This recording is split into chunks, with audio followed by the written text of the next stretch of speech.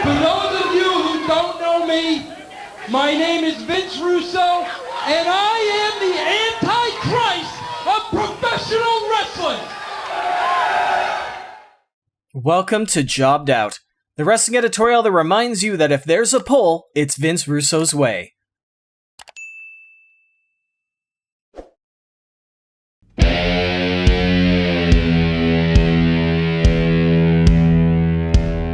Vince Russo has always been a polarizing figure in this business. The man that started by writing for WWF Magazine and is responsible for giving attention and value to the undercard has also come up with some real low points while trying to take credit for things that performers confirmed he had no hand in the first place. Russo brought a giant shift in pro wrestling where the pay-per-views mattered less and TV mattered more with his car crash style method of booking.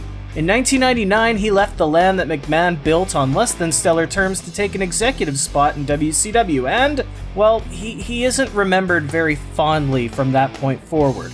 Older fans couldn't keep up with the storylines and the swerves, and younger fans couldn't buy that jobbers and curtain jerkers were able to beat the established top guys, like Kidman overcoming Hulk Hogan. It was a dark time, filled with desperation tactics, championship hot potatoing, and weird gimmicks, which takes us to this day in wrestling history! October 2nd, 2000, less than 6 months after we experienced WCW World Heavyweight Champion David Arquette. Yes, really. And only 1 week after Vince Russo booked the World Heavyweight title onto himself. Yes, really. WCW presents Monday Nitro from San Francisco, California. At this point, ratings are in the basement, and while the arenas appear moderately full, fans have gotten wise to the realization that if they don't buy tickets, they can get one of the thousands that are given away for free on the day of so that the arena appears more like a sellout. During tonight's broadcast, Vince Russo, alongside a young Jeremy Borash, announces that now that he's proven that he can be the top guy, he's relinquishing the championship. Yes, another successful victory for Vacant. This is the 6th time Vacant would hold this championship in the year 2000 alone. And it would be tonight's main event that determines the new head of the company as Russo announces the top 2 contenders. The chosen one, Jeff Jarrett. Of course. And Big Papa Pump, Scott Steiner. Oh my God, back-scratching festival that is. Wait, what? Jarrett and Steiner? The 2 bad guys that nobody wants to see representing the company? Diehards and historians, of course, remember that this is not the main event that we would get, so I guess we gotta dig a little bit deeper. At this time, WCW was in a really weird power vacuum.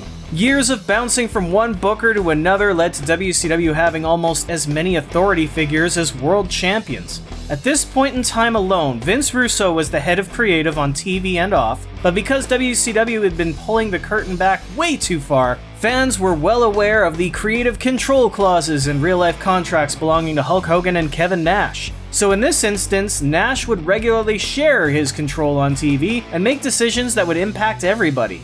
Then there was Ernest the Cat Miller, who was widely regarded as WCW's commissioner, until above-average Mike Sanders and his group, the Natural Born Thrillers, began feuding with him. One day, Sanders just showed up on a show and named himself the commissioner, and everybody just sort of went with it. Like, yeah, okay, sure. Imagine I walked into an arena and said, alright, I'm the head of the NHL. And teams were like, yeah, okay, Batman, you're out. Actually, I think fans would really be into that. But I'm getting off track here.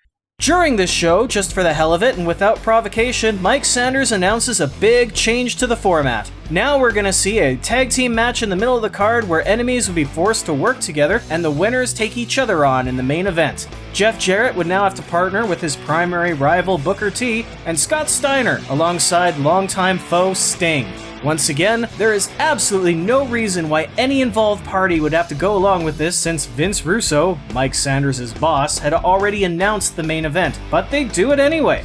Jarrett and Booker work surprisingly well together, while Sting, the champion for all that is honorable and good, takes exception several times to the antics of his pure heel partner. Because Russo is a heavy believer of dirty finishes and swerves, bro, the end comes when Booker T unsuccessfully tries to stop his partner from using his guitar as a weapon against their opponents. Jeff Jarrett scores the 3 count and Booker T replaces Scott Steiner in our main event. That main event, a one-time only, never been done before, never been done since, San Francisco 49ers match, where the championship, along with 3 other items, are concealed in boxes hung from poles on each corner post, because at this point I think even Vince Russo's in on the joke that Russo likes to overuse on a pole matches. I mean, remember Judy Bagwell on a pole? Another time, I promise. For tonight, whoever opens up the mystery box that contains the title wins the title. So Jarrett makes his way to the ring first as commentary reminds us how he attacked Beetlejuice from the Howard Stern show last week.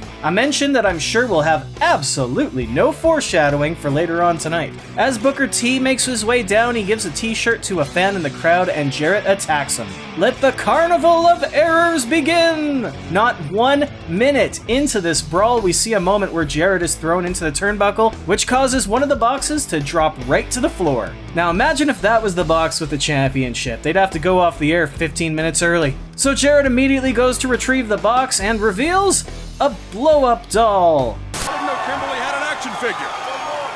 Oh boy. Hey, wait, I thought the boxes that don't have a title are supposed to have weapons. This is a bad sign. The two resume their battle, and remember the importance when I say this. The winner is heavyweight champion of the world. Booker T goes for the second box to find... Pull it up! What on earth? What is that? A picture of Scott Hall! Oh boy.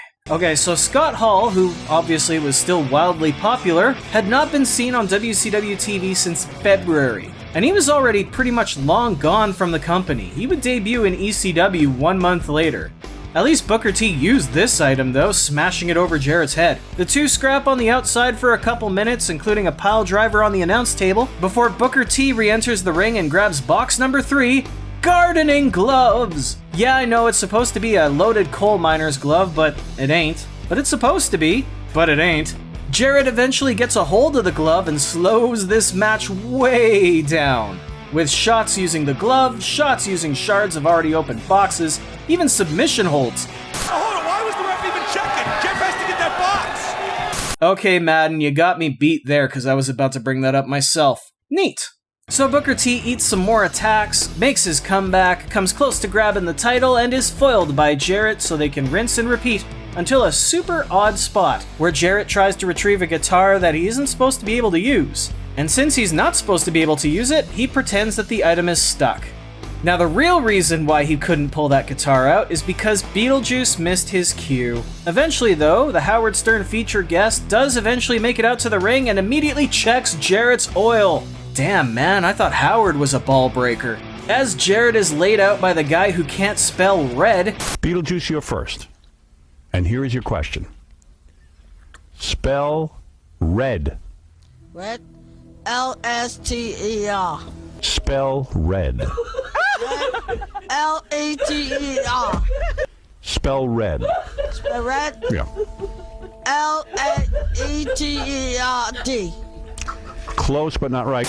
Booker climbs up to the top and grabs the box only for the title to fall out the bottom, cause of course it does.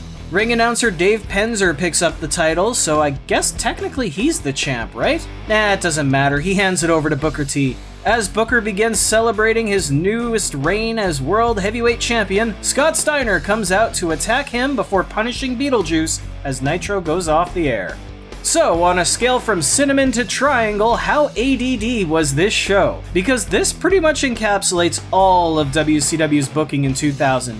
That's why this company's in the shape it's in, because of like this. Constant title changes, constant interference. The rules either don't make sense to begin with, or they're forgotten and thrown out by the end. And the only creative focus is where will the next big surprise come from? With that said, the crowd loved the match, hell, I loved the match. And props to Booker T and Jeff Jarrett for doing everything in their power over 2 different segments to try keeping things fresh here. So something I spent many years wondering, and I had seen very few people properly address. Why in Lieutenant Loco is this match called a 49ers match? Yeah, WCW wanted to name the gimmick after something local to do with the host city, San Francisco. And according to reports, Dave Penzer announced this match as a 49ers match to a chorus of boos, primarily because the Niners were sucking up a storm that year. So in order to try to appease the crowd, Penzer actually announced it several times with different Bay Area teams' names in it to get the best reaction. Ultimately, though, it would be Tony Schiavone to reveal the answer to this mystery. San Francisco 49ers. Not the football team with the great goal rush. So the San Francisco 49ers match has nothing to do with football, but rather because the competitors are rushing to grab the gold, not unlike the coal miners were doing in 1849 during the California Gold Rush. We never saw this match type again because WCW never put out a show in San Francisco again. But especially when you compare some of the wild and crazy ideas Vince Russo would come up with, the 49ers match wasn't one of his worst. In fact, I don't even think it was a bad idea, it just had a lot of technical issues that could have been ironed out. And if it wasn't for those technical issues, or for the lousy choice of props in each box, you know, maybe put weapons in the weapons boxes, this could have been a really fun main event. Now, of course, this is all just my opinion though, and I do want to ask you, what did you think of WCW's San Francisco 49ers match? Could the idea have worked out if the right people were in charge? Or were there just too many moving parts overcomplicating this whole mess? Were you watching WCW at this time, and what would you think if one of today's companies tried to resurrect the idea? Let me know in the comments, and be sure to subscribe to the channel for more, because I want you to be a part of this conversation too. For now though, I better get my shoulders off the mat, so thank you for tuning in to Jobbed Out. I'll catch you next time.